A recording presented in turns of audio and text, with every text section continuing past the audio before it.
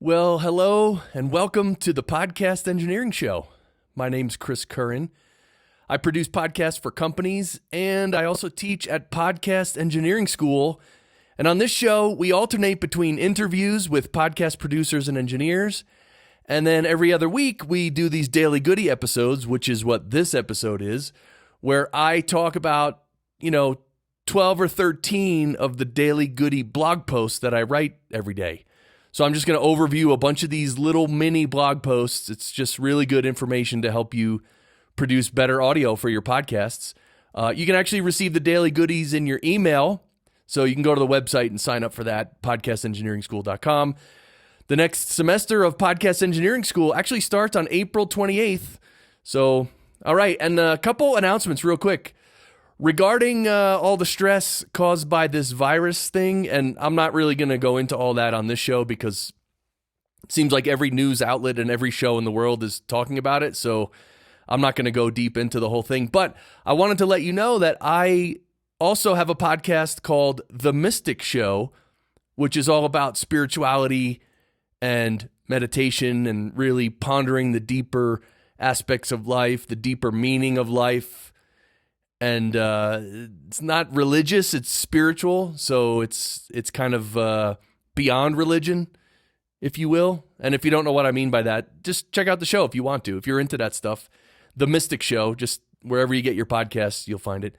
Also, I was listed in a top 10 audio engineering podcasts list. I will put the link in the show notes. So if you're into audio engineering, actually all the other shows listed are like for music, audio engineering. I'm the only one dealing with podcasts, but I guess the guy who wrote the article, he found out about my show and he thought I fit on that list of really awesome shows and hosts. Quick thing, my lack of marketing skills. I'm not going to opine about this for very long, but I am really bad at marketing. So if you want to share this show with any podcasters you know, please do. Like, my listenership is not very big. You guys are awesome. You are diehard fans, and I love that. But still, there's a lot of podcasters out there who probably want to hear this show, but they just don't know about it. And because I'm absolutely terrible at marketing, they may never know about it. So if you have any friends who podcast, maybe just send them a note and say, hey, by the way, here's this show about podcast audio production that you may find helpful. Anyway, I just wanted to let you know that in case, because some people really need this show and some people really want to learn a lot of this stuff. But again, I stink at marketing. So I also set up a support page to support me and my content creation. If you just want to make a donation, podcastengineeringschool.com/support. And quick shout out to Michael Merlino. He loves this show. He recently sent me an email. He's been just blowing out ATR microphones and a Q2U. And anyway, I don't know if he figured it out yet, but what's up, Michael? Good conversing with you through email, and I hope you figure out your whole situation. So the first Daily Goody we're going to cover is from January 31st, and it's called The Finalizer by TC Electronic. Okay, so it's a plugin now, but the TC Finalizer was actually a piece of hardware that I used back in the studios in the late 90s and early 2000s, and it was this really cool, it was a digital processor, but it was like a one rack space unit piece of hardware, and you could master your songs on it. It's called the Finalizer. Anyway, it was really good. People loved it. It had all these different presets and stuff to finalize your songs. And it used all really cool processing like EQ and multiband compression and stuff. Anyway, now they have it available as a plugin. So if you want to check out the Finalizer by TC Electronic, I linked to it in this post. Okay. If you are a podcast editor or producer and you want to get more business, you want to secure some new clients, right? And earn more money and provide great service. This Daily Goody post is titled, Approaching Local Businesses to Offer Your Podcast Production Services.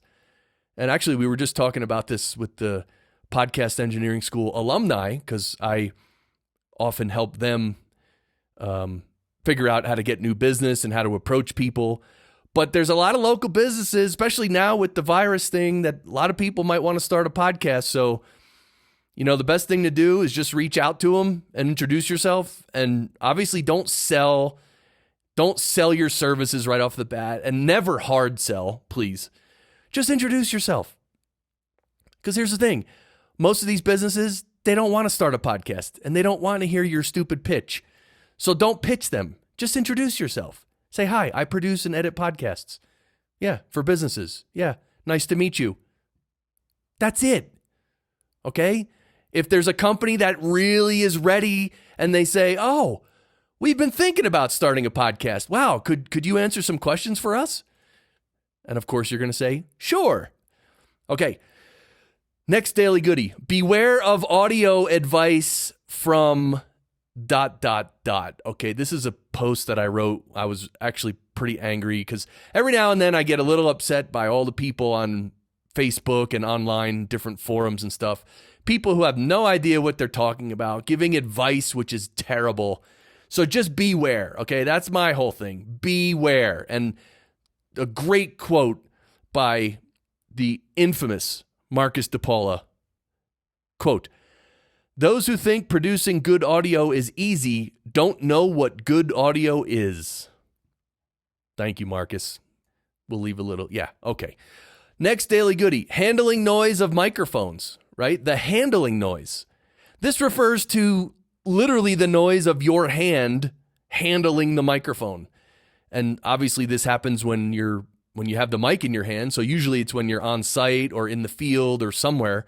When you're in a studio and the microphone is on a stand or a boom arm, that's different. There's no handling noise because you're not handling the mic. But when you're walking around recording anything with a mic in your hand, you got to be really careful about moving that mic around in your hand because a lot of that rumble and noise will come through the microphone.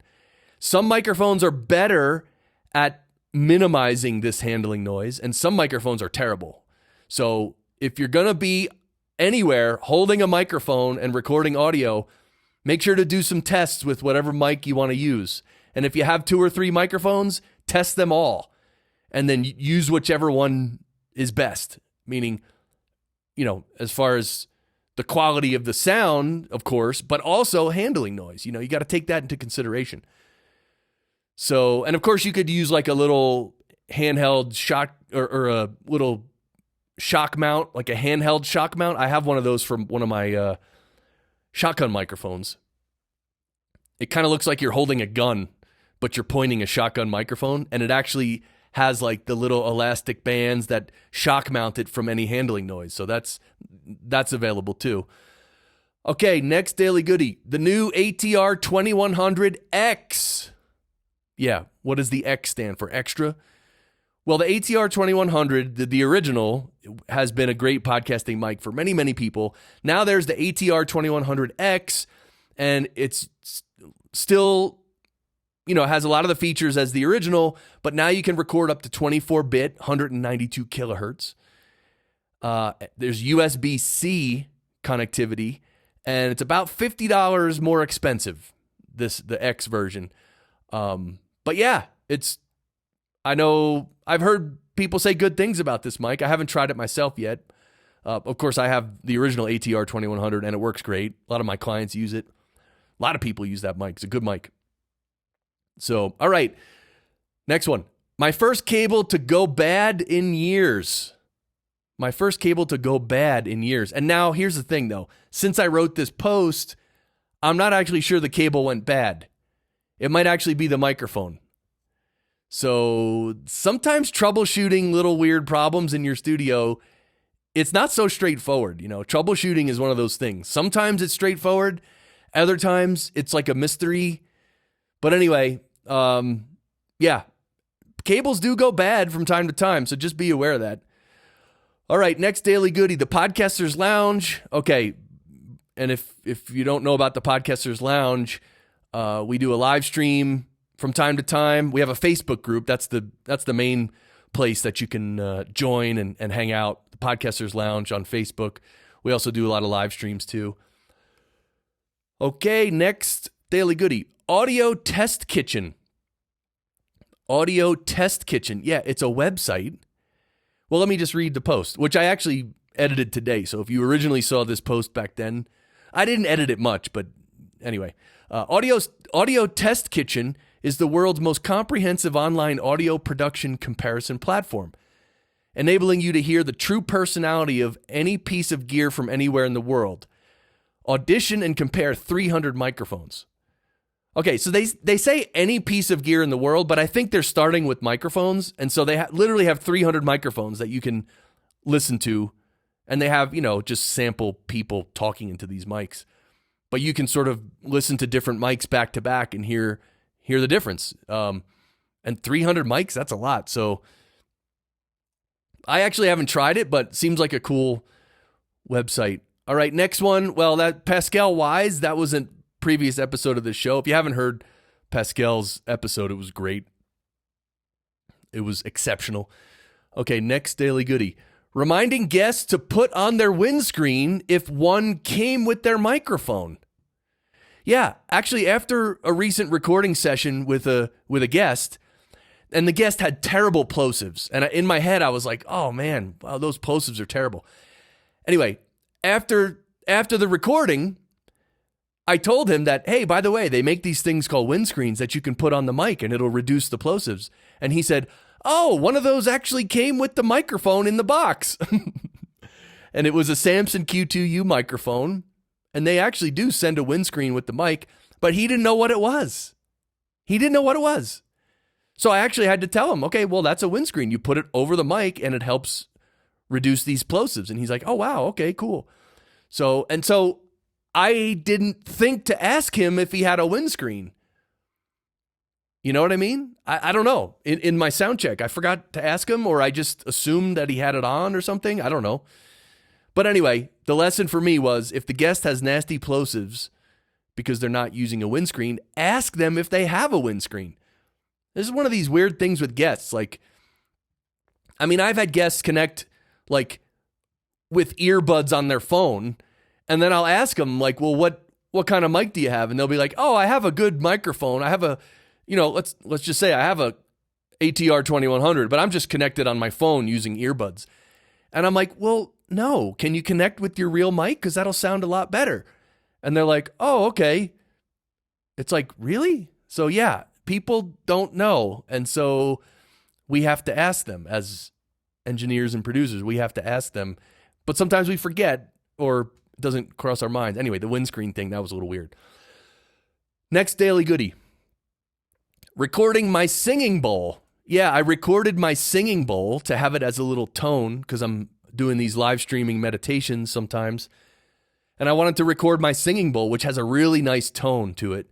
And so I did. I set up my the singing bowl, and I got out my Sennheiser MKH 416, and I tried to get the cleanest recording I could. I actually had to, wait for some plane. There was like an airplane flying overhead. I mean, it was a very quiet, like it was way in the background, this airplane. But here's the thing.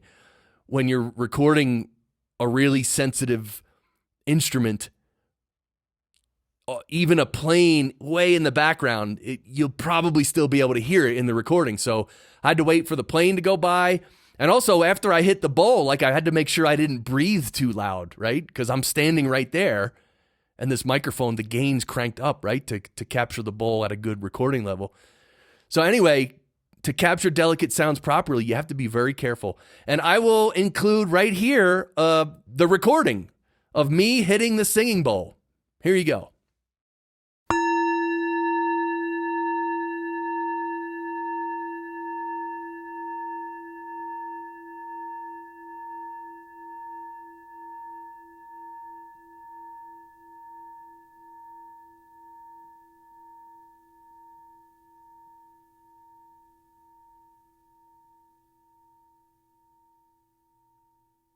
All right. Wasn't that awesome? Didn't that calm you down all of a sudden? All right. Next Daily Goody. Mix Assist for sound devices, mix pre-recorders. Okay. So Mix Assist. And Curtis Judd, previous guest on this show, he actually made a really cool video explaining this. It's linked in the Daily Goody post here. But basically, sound devices, you can use this mix assist, and it's sort of what it does. Well, let me read it. Using multiple microphones with your mix pre, enable mix assist to reduce unwanted microphone and room noise while recording. So what it does, it's kind of like, have you ever heard of Auphonic multitrack? And it has that cross gate feature where, let's say 3 people are sitting around a table, and if only one person is speaking, Auphonic multitrack with the cross gate feature, it'll actually mute the other 2 people who are not talking, right? Because the algorithm can tell which microphone is, which microphone has a person speaking on it, and then the other 2 microphones, for instance, it's just room reflections, right? The algorithm knows that, so then it can actually mute those other microphones. It's very handy in some situations.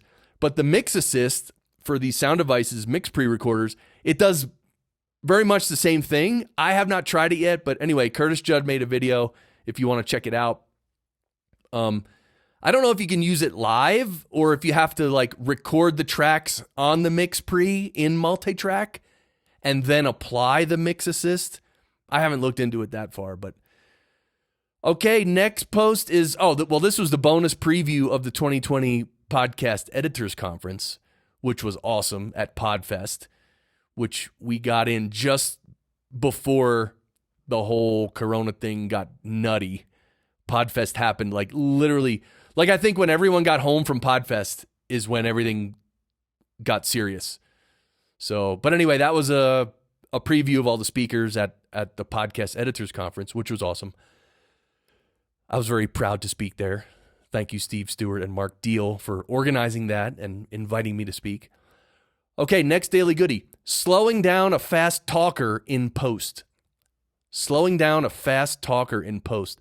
Recently, I helped the guest host. It was a guest host for a show, and they were basically reading an essay they wrote. And this woman, she just started reading, and she just kept speeding up a little. In general, her pacing was very fast. I don't know. Some people when they read, it's like they just want to get through it. Other people when they read, they just read deliberately. But this woman she was going for it, and it ended up. I mean, while she was recording it, I was like, is she reading too fast? And then once we're halfway through, it's like, what are we going to do? Stop and redo the whole thing? So I just let her go.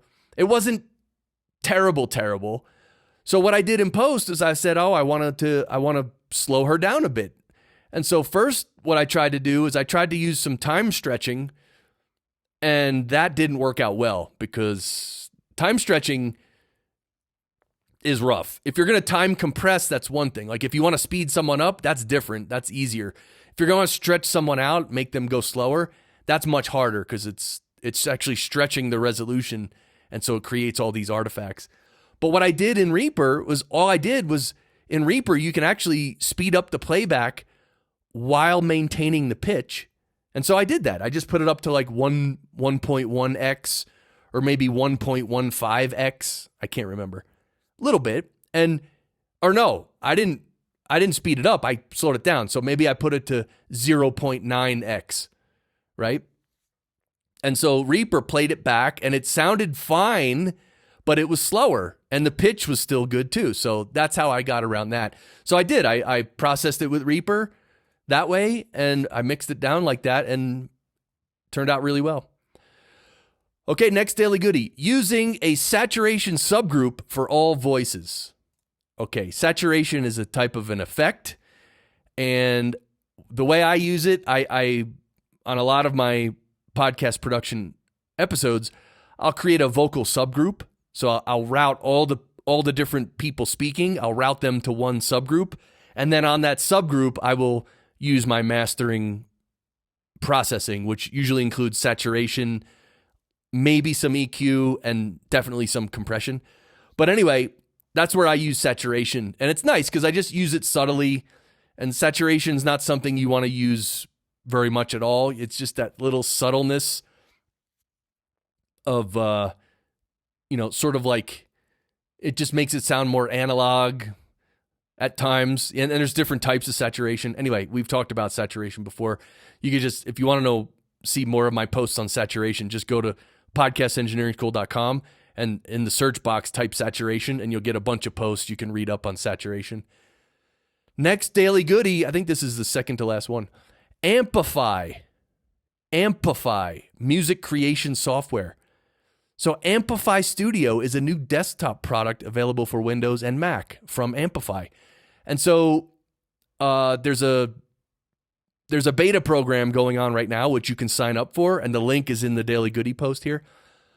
But yeah, it's apparently music creation software, and it's very easy. So even people who don't know how to play an instrument or don't know how to create any music, you can just sort of drag and drop things and create some music. The cool thing is you create your own music and then you can use it anywhere, right? Because it's not copywritten, it's original to you. So if, for instance, if you wanted to create music for your podcasts or music for your clients' podcasts, you could use this or something like it to create some original music, and just, even if it's just like, some beats and loops.